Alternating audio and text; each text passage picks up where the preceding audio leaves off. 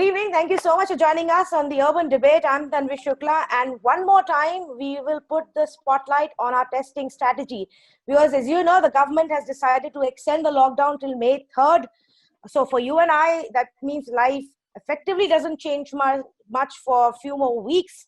But what happens in this time is going to be extremely crucial to decide just where we are in our war against coronavirus and how we tackle it from here on. Now, I want to talk a little bit more about our testing strategy, how we fared so far. Do we need to ramp it up? If we do, how do we go about it? And we've got the best of the experts joining us on this panel. So thank you so much, gentlemen. Good evening to you. Dr. Naresh Trehan, Chairman and MD of Medanta, is with us. Good to have you. Dr. Anup Warrior, Senior Consultant for Infectious Diseases at Aster Hospitals, India, is with us. Good evening. Dr. Sanjay Pujari, good evening to you. Director for Institute of Infectious Diseases at Pune and a member of the COVID-19 Task Force. And Dr. Samir Gupta, Director for the Umkal Hospital in Gurgaon and a cath lab director with Metro Hospital, also with us. Dr. Trehan, let's begin with you. Much has been said about the testing protocol of India and whether or not we are testing enough. What's your own sense? What should we do in the next couple of weeks?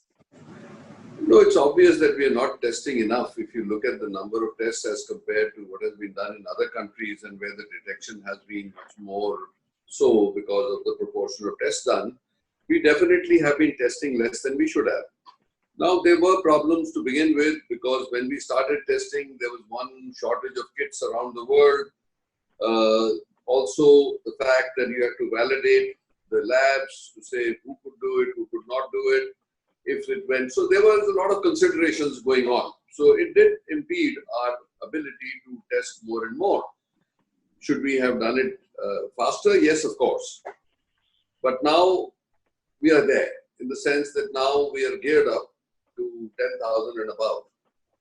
It's short, very short. So you could double, triple what we are doing today and then maybe you will be scratching the surface. But overall, if you look at it, even the number of tests done, and they were done in selective cases where either they were symptomatic or they had come from places where they were overseas or their contacts, which were the high suspicious group, right? Because of the fact that we did not have any infections here till people started arriving from outside. So if you tested those and their contacts and the yield was low percentage-wise, that tells you that at that time, even till maybe till recently, right now in the last 5 days, the numbers have started going up significantly as the testing has ramped up. But it is also possible that it is only in the last 2 weeks that those people who were exposed are actually now getting positive and that we are testing them. So there is no controversy over the fact that yes, we should do more. Now there is an Indian company also starting to manufacture, which they say is quite accurate or has tested satisfactorily. So we will have the ability to get more and more test kits and more testing as we go along because the private labs are also in the picture now. Okay, Dr. Chan, there's been also a WHO advisory about rapid testing kits. And yes, the ICMR has spoken about the fact that you need to use these kits only at a specific time, after you've been perhaps exposed to the infection for a certain number of days. But is this really a foolproof way of going forward? We've ordered 37 lakh of these kits. So, what is rapid testing? Rapid testing is detection of antibodies in your blood against coronavirus, okay? So there is one IgM and one IgG. So IgM is non-specific. Actually, it's against corona, but not necessarily COVID-19 because it had to be refined a little bit.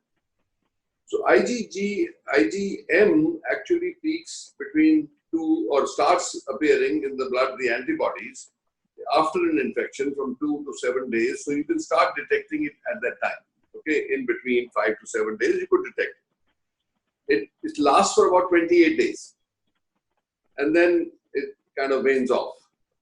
Whereas the IgG, which is now COVID, specific, 19 specific, it starts peaking at day 7 and then starts not peaking, starting at day 7, and then starts peaking till day 28, and then it stays with you for a long period of time.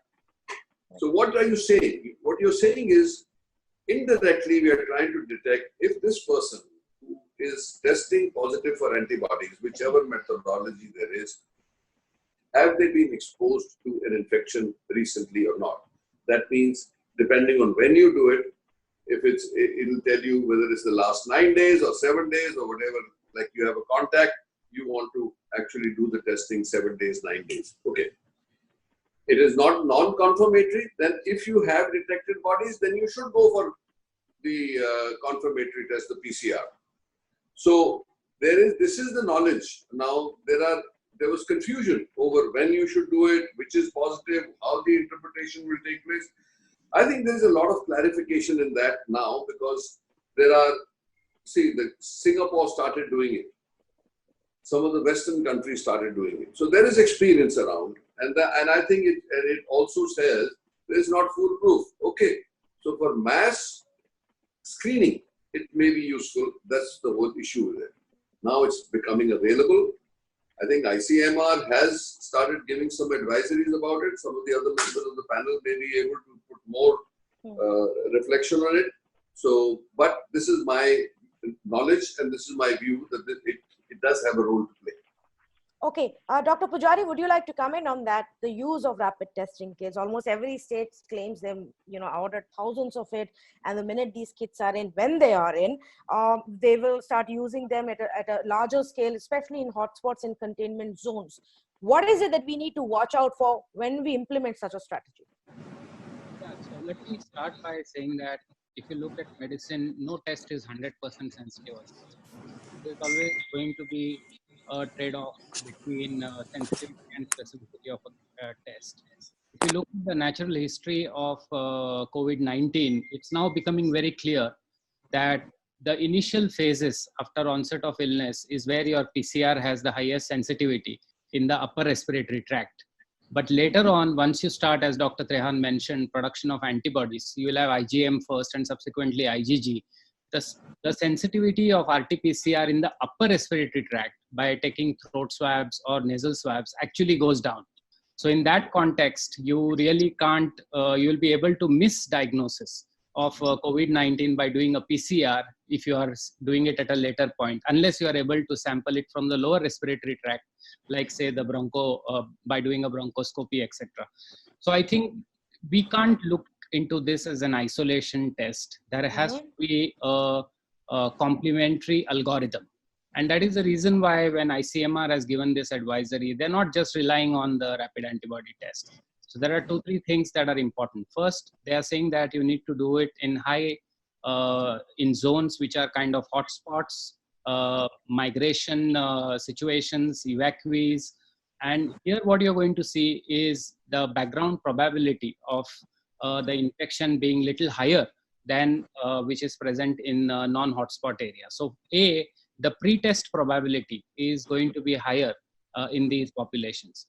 Secondly, they are asking you to screen people who come with influenza-like illness. So if they come with influenza-like illness, you do the rapid test. If it is negative, they're not saying this is not COVID-19. They're saying you should do a PCR to confirm it. Perhaps they have come to you at an earlier stage, and that's why you're missing the test based on your antibody test. But if it is positive, that is indicative that this patient may have COVID-19, and then you need to isolate and contact trace and really try to contain the cluster there. If the antibody is negative, we are still not saying the patient is not COVID-19. What we are saying is isolate yourself, come back after 10 days, because we will give that period of time for the antibodies to develop and repeat a test again. So you see here, this algorithm is quite a sensitive algorithm to pick up cases, but this is for the diagnostic purposes. And as I've seen the WHO document, they say it should not be using it for diagnostic purposes. But then what do you see as a role is when you start rolling it out in high hotspot situations, you're going to pick up antibody positive people who may or may not have had history of illness. So you would be able to pick up asymptomatic infections in the community, people who have not been having symptoms, but eventually have developed antibodies. So you'll have that proportion of finding out how many people may have got the infection. Why is it important to find that out? A, we will know what proportion of asymptomatic infections are there, and then we can really target our strategy of trying to contain based on this. B, if we know about these individuals who are asymptomatic, we can actually ask them to participate in passive immunity trials, because these are the individuals in whom you are going to take the blood for looking for, say, plasma therapy or convalescent plasma therapy and things like that. And third and finally, I would like to finish with this, is you will have an accurate estimate of the epidemic. So now, for example, you are saying that your case fatality rate is somewhere around 4% or 3% or something like that. That only means that how many of the people whom you have diagnosed are positive, and of the positive people who have died. But if you actually start looking at higher proportion of peoples with antibodies being actually past having infection, then you'll have the true fatality rate, which we call as an infection fatality rate. And that will help us to also really plan our strategies in future. Provided the complicated algorithm that you explained to us actually is implemented in that way, isn't it? Because what you said has a lot of, if I could just put it in layman's terms, conditions applied, a lot of ifs and buts. All of that needs to be translated on ground, doctor, before we actually say that, okay, we're using and using the rapid testing kits properly. Yeah, so essentially it's not a complicated algorithm. If you actually see the advisory document, it's just a flow chart with 4 layers. So it's not really, I took maybe a little more complicated way to explain it, because if you actually see the flow chart, it's a very simple algorithm. Okay. And I think the advisory is not that you just rely on rapid antibody tests. See, you rely on what population you are testing on. You rely on influenza-like illness, only symptomatic peoples who are coming to you in this containment zone. So already your pretest probability of that individual being infected with CO2 is high. So your test performance will be better in that context. I'm sure that obviously more research needs to be done. Yes. But yes, of course. Yes. Yeah, we are also, and I think the whole world is just, finding a lot more details as we progress along and see what's happening. So here is what, and you also referred to it, here is what WHO said in its scientific brief on 8th April. At present, based on current evidence, WHO recommends the use of these new point of care tests only in research settings. They should not be used in any other setting, including for clinical decision making, until evidence supporting use for the specific indications is available. Dr. Warrier, would you want to weigh in on this? Should I not be too worried about what WHO seems to be saying? So that document also actually lists out the reasons why WHO mentioned that. So it is a matter of seeing the glass half empty or half full. So the WHO statement is seeing the glass half empty, because it has given the reasons as one, late appearance of antibody. It has given the second reason as varied timelines. Like in some people it could appear early, in some people it would appear, it would be too less to be detected at that time, etc. It has mentioned a bit about the risk of false positives in a certain group. Yes. And also the point that having somebody with a positive antibody might not translate to him having immunity against COVID. So these are the 4 arguments WHO has made against using this in clinical practice. So as Dr. Pujari illustrated earlier, the testing strategy for ICMR has sort of closed or addressed many of these gaps. Now, obviously, the immune function of the antibody and the false positives are not figured into this, though the algorithm which uses only the antibody clearly ends with probable COVID and advises isolation, which is a very sensible advice, even if it was just influenza. While the matter of late positivity and varied levels, etc., the algorithm clearly addresses those, because we start with, as Pujari told, at a high pretest probability. It has made a very careful, selection of a population where the utility of the test can be used to its maximum. So again, I would come back to the statement. It is, so we are using it as half full, and the WHO is probably looking at half empty. Okay, okay, that's good to know. Dr. Gupta, if here's a follow-up question, and just for clarity, because no matter how many times we speak about this, there are many who still have these doubts.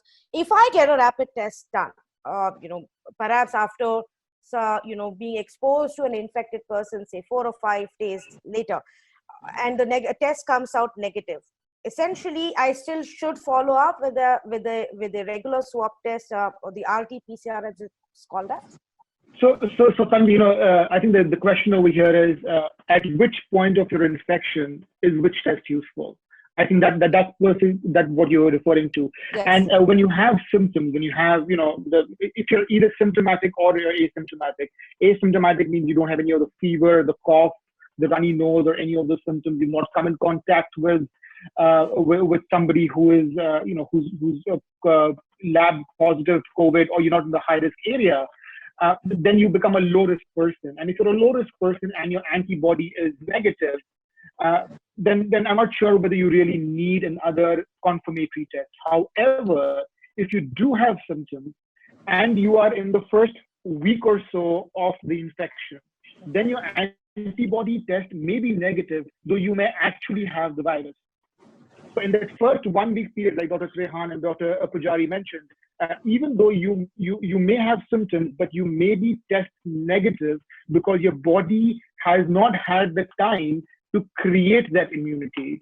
But after the week 10-day mark, when you start having antibodies, then your test, if it is still negative, then the likelihood of you actually having had that infection goes down significantly. Now, there is one caveat which I think the WHO was referring to, and which is also was brought around by the US FDA, that the testing quality, like whenever a test comes out in the market right now, this is a newer test, right? The antibody test is a newer test.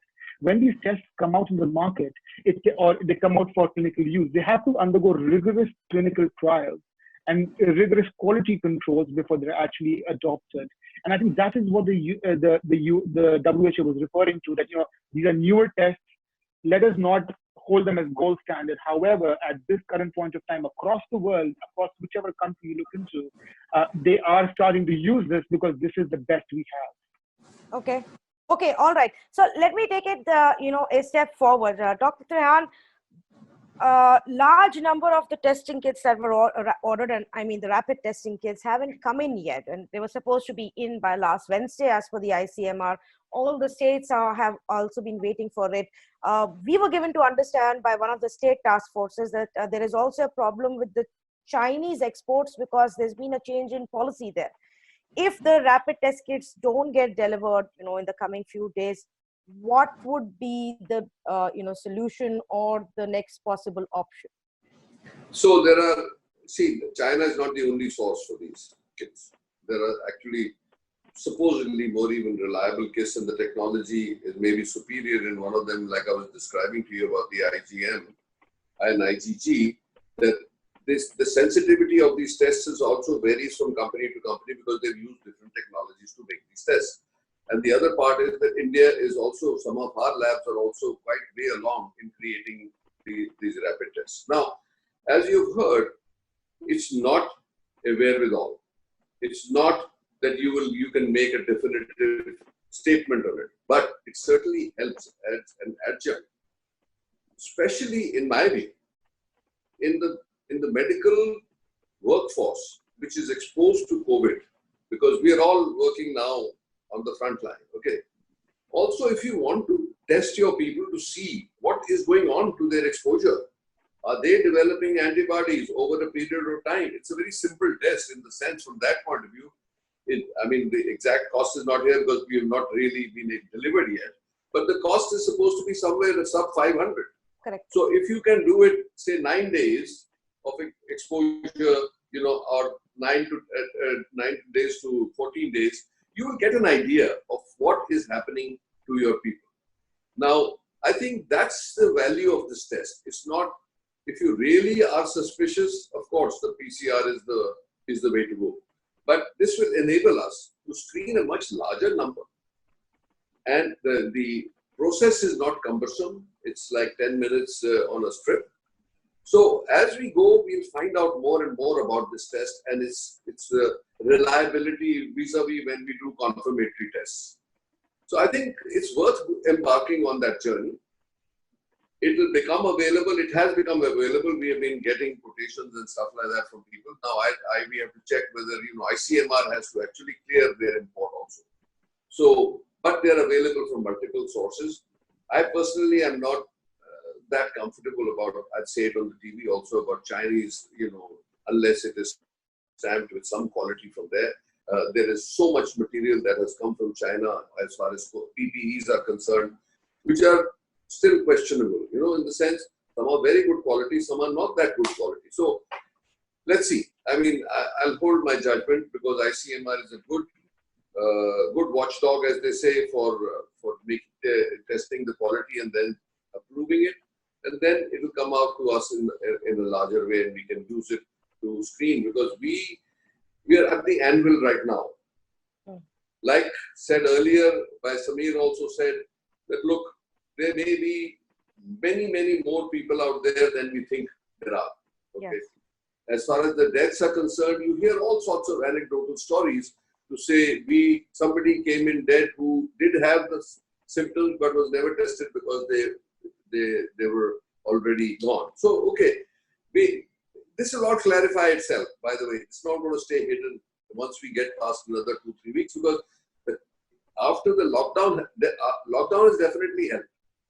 And by extending the deadlock, we have actually created more space, elbow room for ourselves to prepare ourselves, and all these technologies coming in, all that knowledge that we are getting also as we experience, because it's a new experience.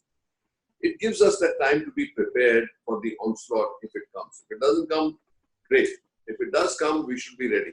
So I think if you look at what we have done in India, we've done very smartly so far. Now, whether we need to extend it by another 10 days, I don't know yet, because there is a model out there which says that if you lock down for 49 days in a country like India, and we are already on 40 days, if you could lock down for 49 days, you may not see a surge if you have actually done your homework well in that period of lockdowns, of red spots, whatever is going on. Once we know the whole landscape, we may be able to actually deal with it much better. Of course, on the other hand, the pressure is there for the economic problems that we are experiencing. So it's a balancing act. But coming back to the test, I think the fact is that India is late in the cycle as compared to the rest of the world, which is an advantage. These tests will become available. They will become more accurate. We will have a much better idea. And as we go forward, we'll be much better prepared with some of the medications that are also coming down the pipe. So any way you look at it, this period has been a grace period for India, and we should hopefully be able to handle it well. Yes. Oh, yes, absolutely. The only part is, for how long should we be doing this? When will we have a better picture to be able to decide on lifting of a lockdown? So that remains to be seen. Dr. Tran, I know you need to leave. So thank you so much for joining us and giving us your time. I really appreciate it. Thank you. All of you. All the best. Thank you.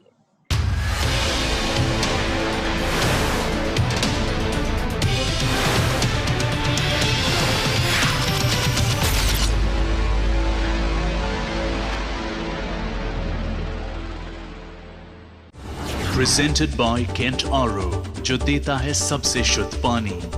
Co-powered by Aditya Birla Capital, protecting, investing, financing, advising.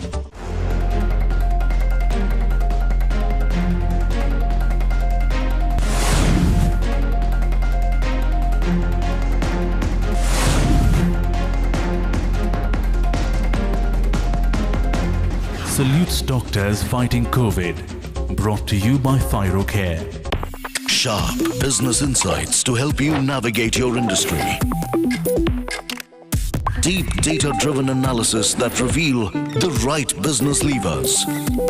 Let the experts guide you to move faster than the competition to the top. Introducing ET Prime by the Economic Times. A premium experience with exclusive stories for leaders of tomorrow.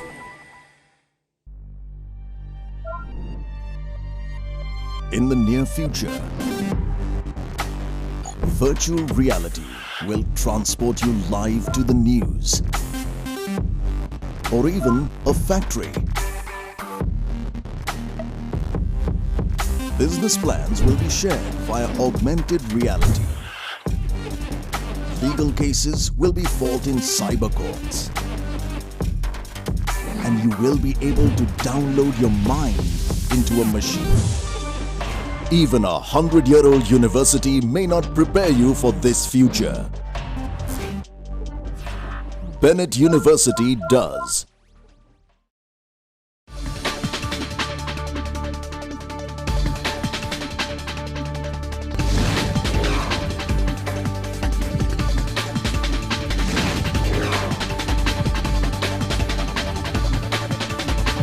Salutes doctors fighting COVID. Brought to you by Thyrocare.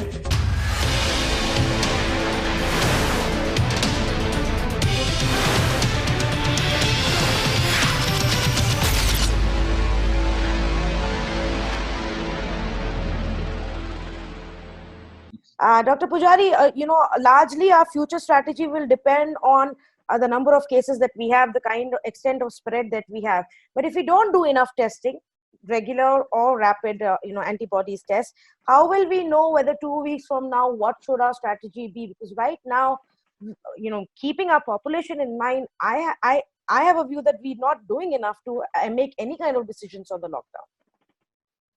I would not entirely agree with you on that. If you look at the availability of RT-PCR and the way we have scaled up the PCR testing during the lockdown period, currently we are doing somewhere around 15 to 18,000 tests per day.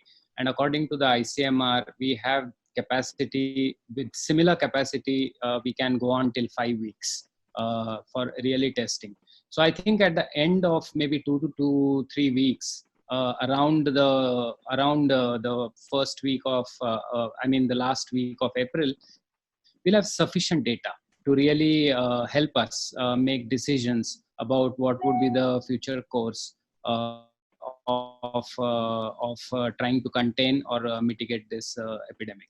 So I don't really agree. And it's not just the number of cases. As you said, there are socioeconomic consequences as well. So there are a lot of trade-offs involved in doing strict physical distancing, which we have been going through. So as a tool for prevention. So I'm sure all of these factors will be looked into. And I'm certainly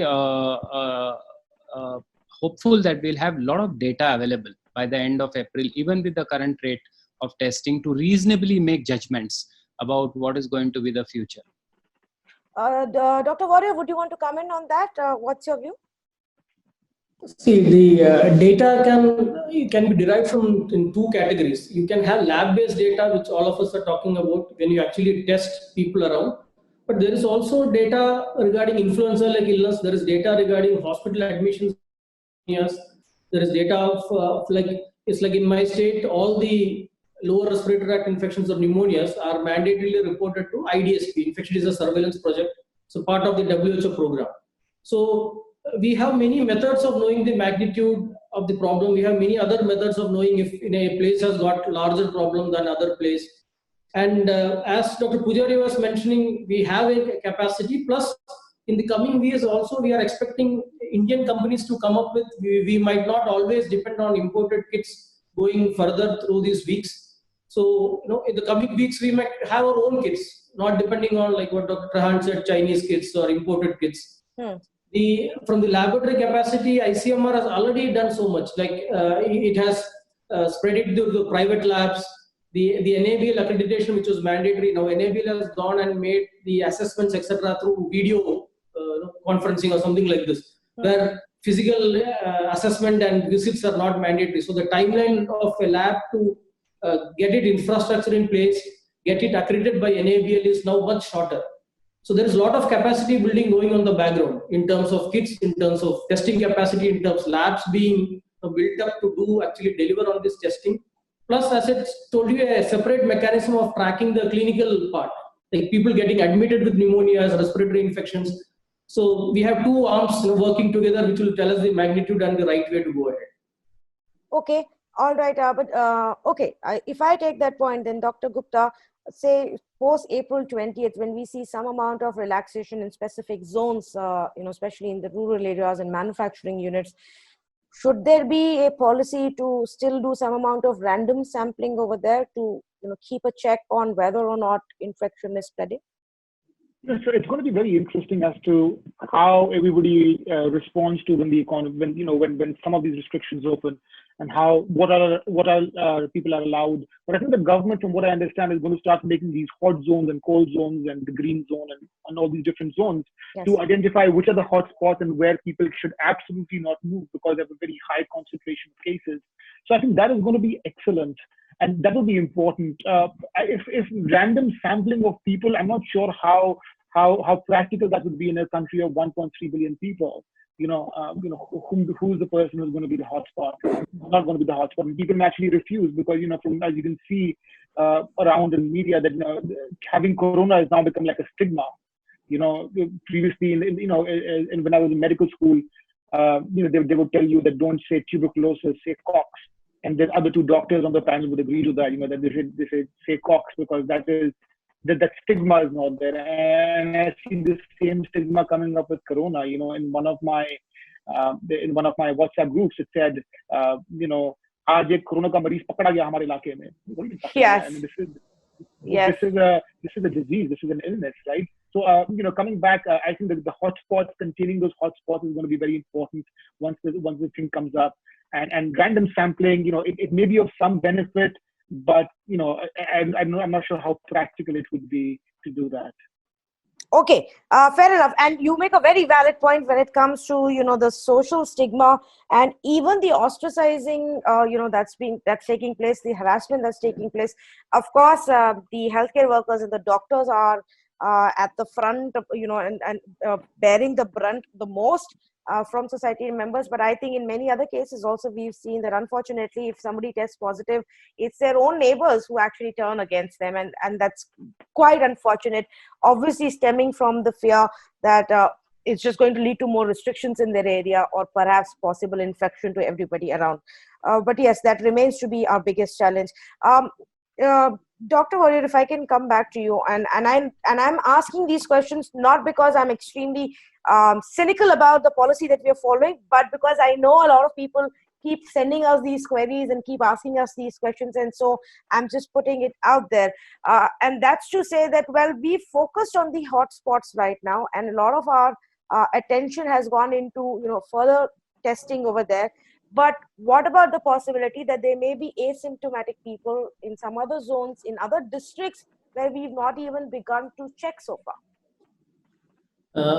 So continuing with the earlier part of my discussion. So again, I'm coming to this fact that we are not always relying on laboratory tests. Okay. The surveillance program for ILI or acute respiratory infections is a very effective method of identifying the non-hotspots and where you want to focus your resources on.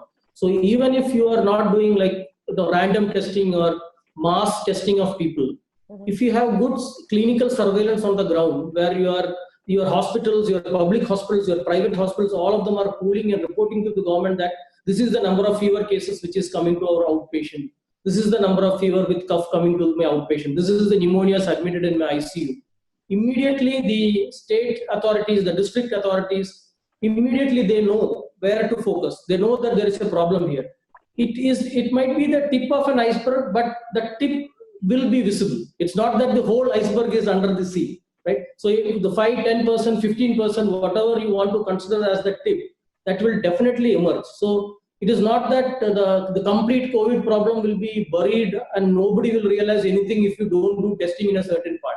It will certainly pop up, and these surveillance measures are bound to pick it up, and we can focus our resources, our kits, our testing in these areas, and then have a containment measure in place. Okay. So if we have lakhs and lakhs and millions of testing, and logistically, if it is possible to roll it out to 1.3 million people, I'm all for it. I'm not saying don't test, but what I'm saying is that when you know that your resources are limited, you have logistic issues in testing everybody, there are prudent measures and how you can prioritize your resources and still not leave huge gaps or holes in the system. Okay. That's good to know. The other aspect, and I go back to the point that Dr. Trehan had made, and I wanted to discuss in more detail. Dr. Pujari, what are our options of bringing in additional testing kits, especially the rapid testing kits, keeping in mind that the orders that were placed are currently stuck, and we keep hoping that they will come in the next couple of days. But are there other sources apart from China, or internally, what seems to be our capacity right now to start making these kits? Yeah, so I'm not fully aware about what is happening as far as importing is concerned, but ICMR has in NIV validated 16 rapid kits, and most of them are Indian manufacturers. So I think some of them also have the drug controller DCGI approval, and I think they may be in the phases of various phases of manufacturing in large scale. So we still have a backup, and also that those kits which are approved by the US FDA or the European regulatory agencies don't need an additional layer of ICMR approval. So ICMR has also said in its advisory that you can, if it's possible, get those kits which are already approved in the US or Europe. So I think there is a large amount of potential, and I think even locally also, apart from these RT-PCR, there are a lot of companies who have been validated with NIV for making rapid kits. In fact, there is an alternate, view as well, Dr. Gupta, that perhaps we need to allow more people to start manufacturing these kits. Currently, yes, ICMR has approved some labs in our country, but do we need more, or should we be extremely careful to the point of asking, what is US giving us or what is China giving us? I think it's not just what we are getting internationally, it's also the quality control, like Dr. Pujari mentioned. You have to give the approval to X number of people, see how it comes up, see how many tests they're able to make, because that is going to be a big challenge, right? I mean, we get poor quality tests. I mean, some of the European countries send the tests back to China because they said that the quality was not very good enough. So it's very important that whatever we develop is high quality, and that is why I think the ICMR and NIV together are setting high quality standards that either you have an approval in an international country of high repute, or we set the standard, we give you the how to do it, and then you go ahead and make it. And I must say that we are not only we are not just a country of 1.3 billion people. We are also a country of 1.3 billion minds. And we have some of the sharpest minds in the world with us over here. So and I must say that the entire community, that the entire the engineering community, all the other communities have come together, and everybody is helping with the problem of ventilators. They're trying to make indigenous ventilators, whether it's sterilizers, whether it's PPEs, masks. So many people have approached me who are from non-traditional, who are not healthcare background, but are now trying to help out in the shortage. So we don't do that. So I think when push comes to shove and we reach that stage, then we may have to employ other people, not the non-traditional healthcare providers or the non-traditional lab companies to come in and step in. But I think right now, Dr. Pujari rightly said that let's set the standard high. Let's see how we do, and if we need to, then we will try and bring it out to mass manufacturing. Okay, here is another question, which is to do more with those who are, so right now called the Corona warriors for us, those in the essential services, especially in the healthcare setup itself. Do we have a different policy for testing for them? Because they are risking, their themselves and their health on a daily basis. Do we wait for them to start showing symptoms, or should there be a separate policy to say those who are in the hospital perhaps need to be regularly tested? Dr. Warrior, let's begin with you.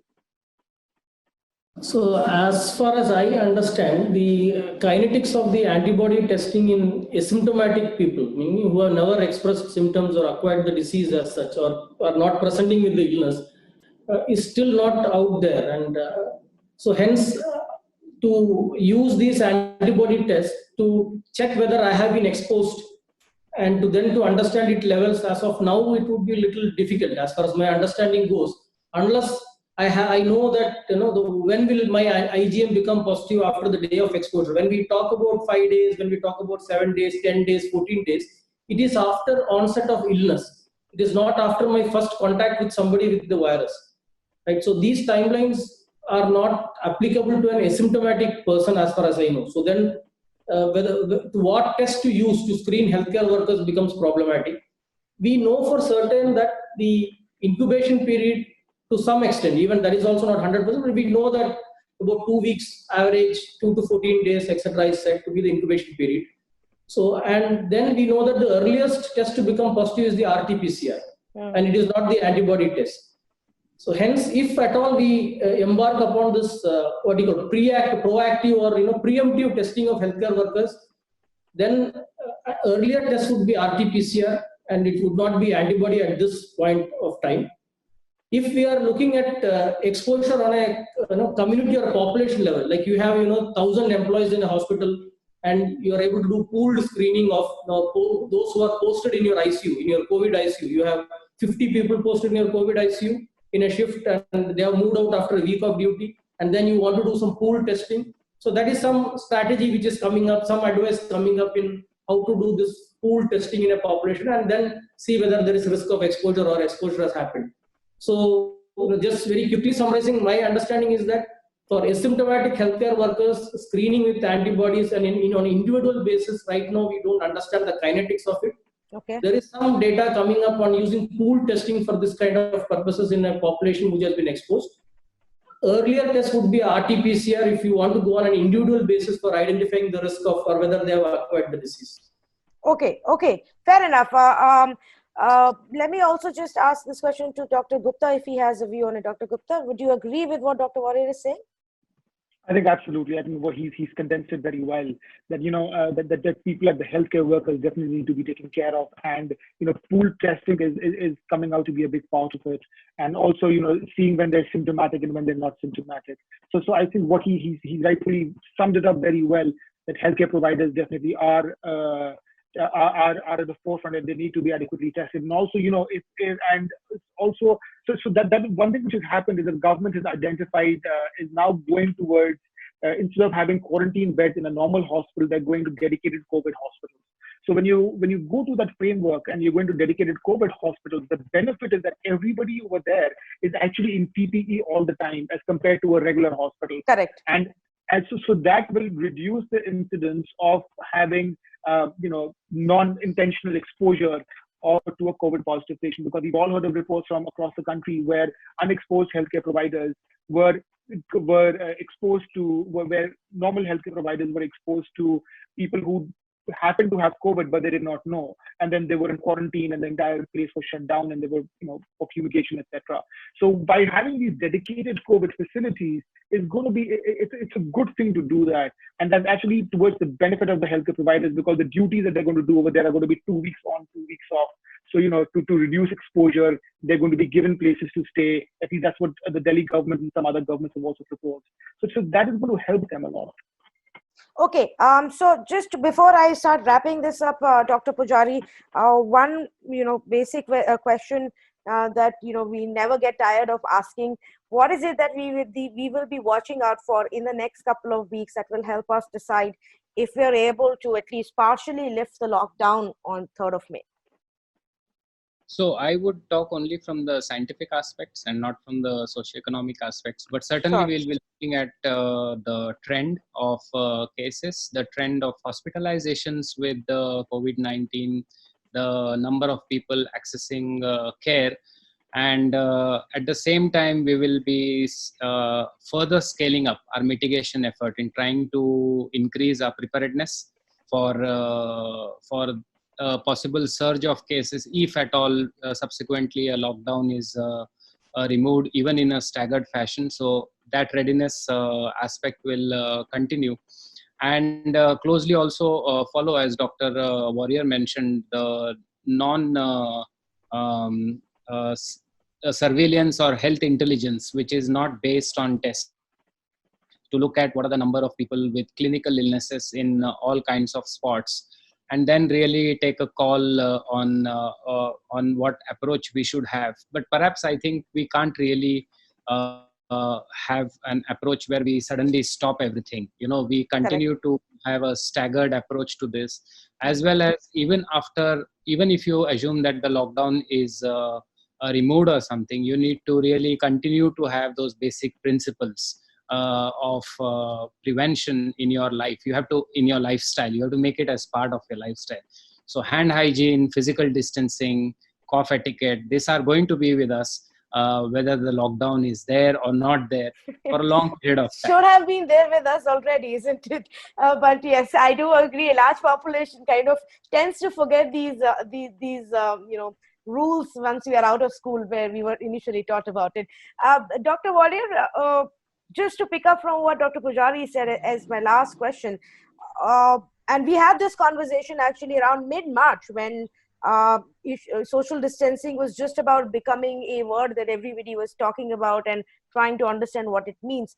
Will it be a way of life for longer, not just say May 3rd or May 15th even, that for several months, do we have to be prepared to follow these norms?